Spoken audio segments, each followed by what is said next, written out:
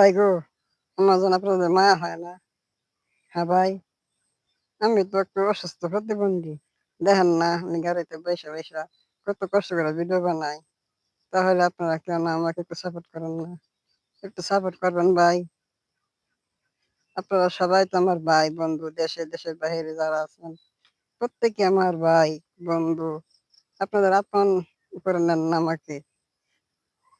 তা আমার একটু একটু ভিডিওটা শেয়ার করেন, একটু লাইক দিয়ে পাশে থাকবেন, কমেন্ট করবেন।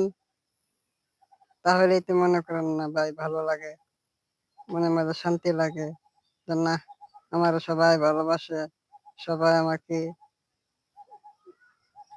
সাপোর্ট করে, মনের মাঝে একটু ভালো লাগে আর কি ভাই, বুঝছেন ভাই?